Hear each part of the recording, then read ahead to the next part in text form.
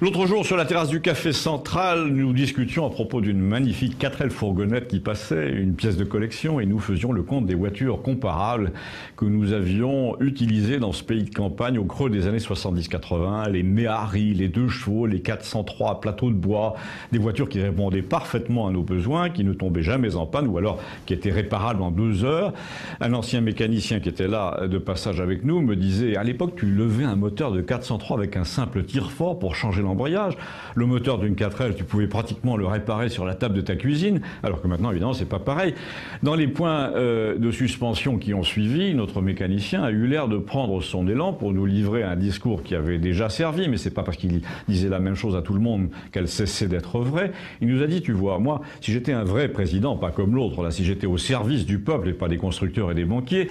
j'interviendrais pour obliger l'industrie automobile à produire un véhicule monotype par marque, une voiture aussi simple qu'une 4L à 4000 €, mettons, avec un moteur qui ne dépasse pas le 130, de toute façon c'est interdit, avec des vitres qui se lèvent manuellement, un pare-brise plat, des organes accessibles par n'importe quel garagiste du dimanche, aucune climatisation, aucune électronique à l'exception du compteur, aucun capteur, et le sort commercial de cette voiture serait un véritable référendum. On s'apercevrait très rapidement que la moitié au moins de nos concitoyens n'ont que du mépris pour les voitures de parvenus qu'on leur impose avec des pneus à 100 € pièce. Peu à peu, on ne voit plus sur le marché que des voitures hautes comme ça, m'a-t-il dit, qui parlent tout le temps, qui ont des lecteurs de DVD, qui sont connectés Bluetooth et Wi-Fi, alors que nous autres, la seule chose qu'on demande, c'est pouvoir réparer tout nous-mêmes, sans valise électronique, sans garagiste prétentieux qui nous dit qu'il faut mettre la voiture sur le banc,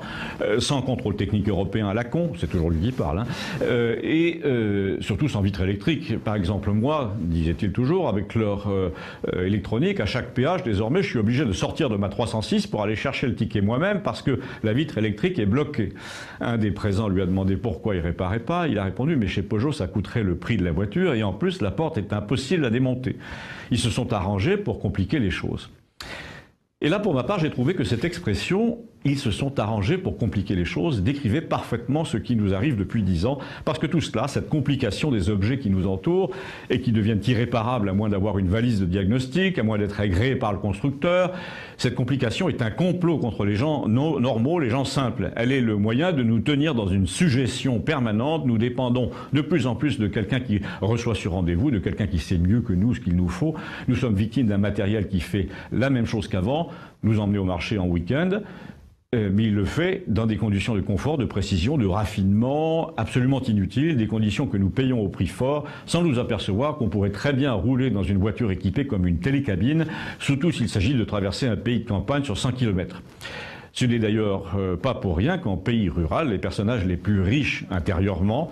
circulent dans une guimbarde, même quand ils ont les moyens d'acheter autre chose. À l'inverse, l'immodestie de la voiture est souvent le signe d'une très grande pauvreté intérieure, comme on le voit non seulement à la campagne, mais en traversant les banlieues qui sont devenues le royaume de la gent talus. Mais nous les traverserons ensemble un autre jour si vous le voulez bien. En attendant, dites-moi s'il vous plaît si vous achèteriez une voiture monotype à 4000 € pour aller au marché ou si vous préférez un 4x4 climatisé de 2 mètres de haut.